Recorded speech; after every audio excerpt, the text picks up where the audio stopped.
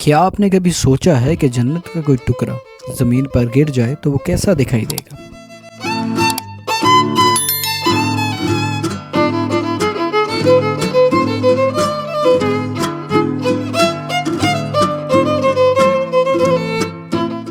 ہم اکثر دنیا بھر کی سیر کرتے ہیں، ہم سوئٹزرلینڈ کی وادیوں کے خواب دیکھتے ہیں، ہم سکاٹ لینڈ کے میدانوں کی مثالیں دیتے ہیں، لیکن ہمیں یہ نہیں پتا کہ ہمارے اپنے ملک کے ایک کونے میں ایک ایسی جگہ چھپی ہے جو تصور کی سرحدوں کو توڑ دیتی ہے۔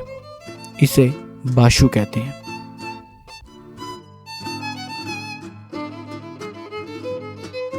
پہاڑ اس کے اس طرف جو ہے بشو میڈوز ہیں، بشو ویلی ہے۔ بلتی زبان میں باشو کا مطلب ہے انگور، لیکن آج وہ وادی صرف انگوروں کے لیے نہیں بلکہ اس سکون کے لیے جانی جاتی ہے جو دنیا میں اور کہیں نہیں ملتا۔ سکردو شہر سے صرف 2 گھنٹے کی دوری پر یہ جگہ ایک ایسی ہڈن ورلڈ ہے جہاں وقت رک جاتا ہے۔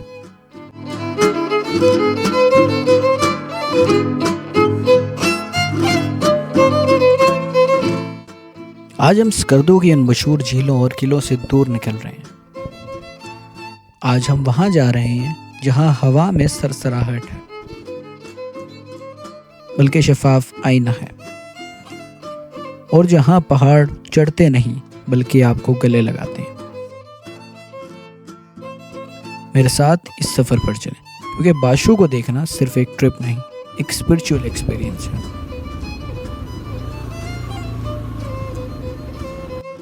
باشو کا سفر سکردو گلگت روڈ سے شروع ہوتا ہے۔ انڈس دریائے سندھ ہمارے ساتھ ساتھ چلتا ہے،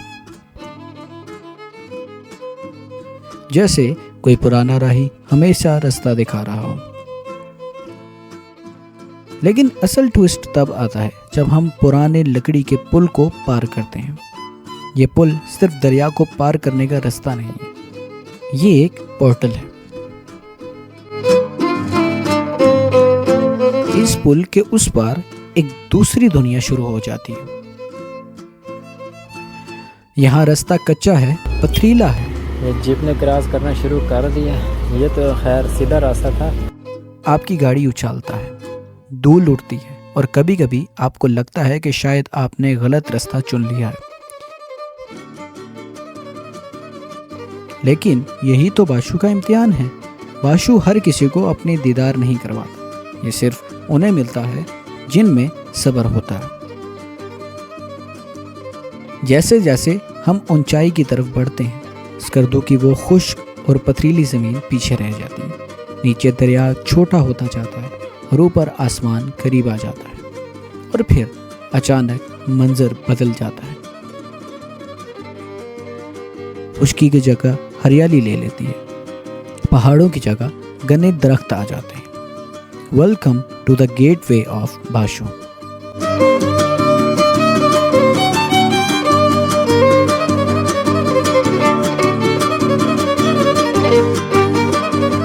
اکثر لوگ غلطی کرتے ہیں، وہ باشو ویلی کے نیچے والے حصے کو دیکھ کر سمجھتے ہیں کہ سفر مکمل ہو گیا۔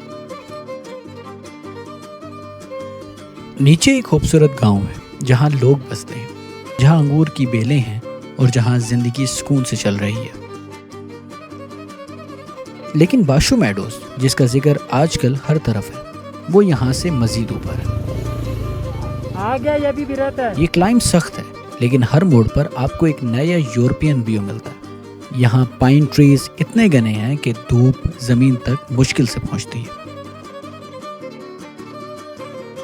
ہوا میں مٹی کی نہیں بلکہ پائن کونز کی خوبصورتی ہے۔ یہ وہ فریگرنس ہے جو دنیا کے مہنگے سے مہنگے پرفیوم میں نہیں ملتی۔ یہاں ایک کہانی مشہور ہے۔ پرانے لوگ کہتے ہیں کہ یہ وادی صدیوں تک دنیا کی نظروں سے چھپی رہی، کیونکہ یہاں پریوں کا بسیرا تھا۔ شاید یہ صرف ایک قصہ ہو، لیکن جب آپ یہاں کی ہوا کو محسوس کرتے ہیں تو آپ کو یقین ہونے لگتا ہے کہ یہاں کوئی کچھ تو ہے، کچھ پراسرار، کچھ بہت حسین۔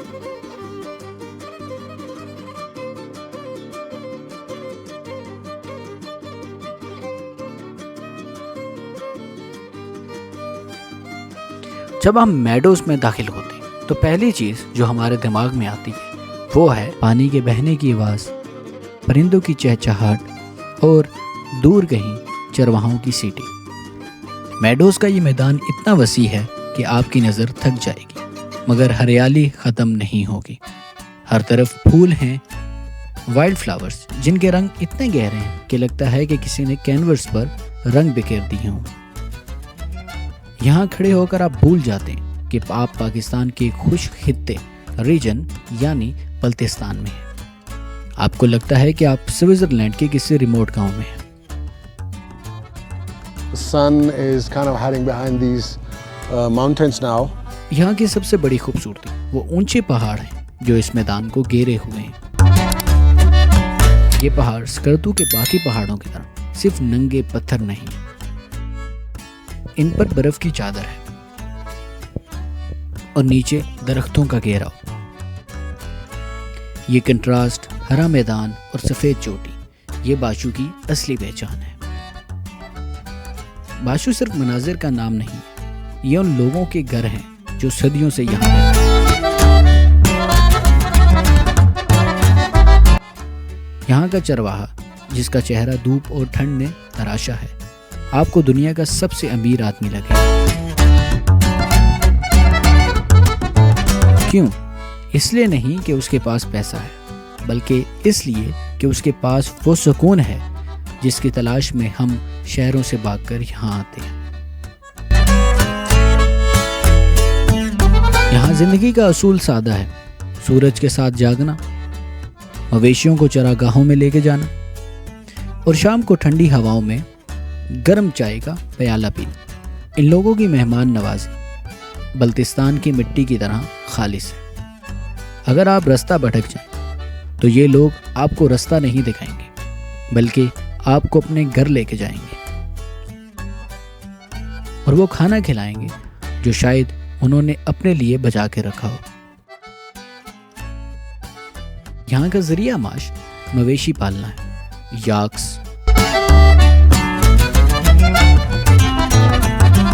یاکس اور بیر بکریاں یہاں کی دولت ہیں۔ ان لوگوں کے لیے یہ میڈوز صرف ایک پکنک سپاٹ نہیں ہے، یہ ان کی ماں ہے جو انہیں رزق دیتی ہے، تحفظ دیتی ہے اور پہچان دیتی ہے۔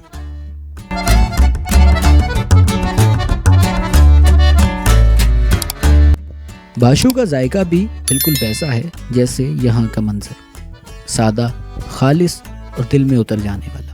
درخت ہے، کچھ وہاں بچے تھے، انہوں نے مجھے اوپر سے پکی خوبانیاں توڑ کے دیں، اور نیچے والی ویلی سے آئے ہوئے تازہ انگور اور خوبانی دنیا کے بہترین پھلوں میں شمار ہوتے ہیں۔ میڈوز میں جب آپ ہوتے ہیں تو وہاں کا تازہ دودھ اور مکھن آپ کو انرجی دیتا ہے جو شہر کے پروسیس فوڈ میں کبھی نہیں ملتا۔ بلتی کلچر میں نمکین چائے ایک لازمی حصہ ہے۔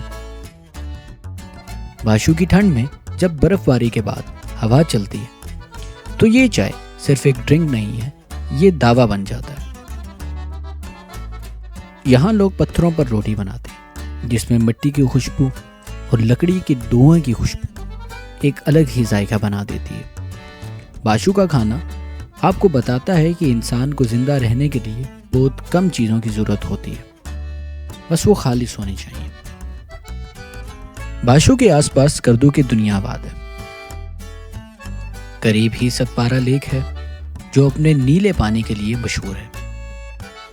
تھوڑا آگے جائیں تو شنگریلا کا حسین منظر ہے، اور اگر آپ ایڈونچرر تو دیوسائی پلینز کا رستہ بھی یہیں سے نکلتا ہے۔ لیکن جو ٹھہراؤ باشو میں ہے وہ کہیں اور نہیں ملتا۔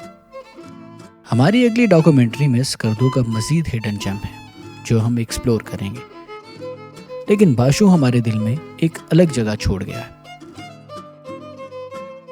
افسوس کی بات ہے کہ یہاں بھی کمرشلزم آ رہا ہے، ہوٹلز بن رہے ہیں، کچرا پھیل رہا ہے۔ ہمیں یہ سمجھنا ہوگا کہ اگر ہم نے باشو کی روح کو محفوظ نہ رکھا تو آنے والی نسلیں صرف تصویریں دیکھیں گی، یہ احساس نہیں کر سکیں گی۔ سفر ختم ہو رہا ہے، مگر ایک سوال ہمارا پیچھا چھوڑ رہا ہے کہ ہم یہاں کیوں آئے تھے؟ صرف فوٹوز کے لیے؟ یا اس سکون کے لیے جو ہماری روح ڈھونڈ رہی ہے۔ باشو نے ہمیں سکھایا کہ دنیا اتنی بری نہیں ہے جتنا ہم شہروں میں سمجھتے ہیں۔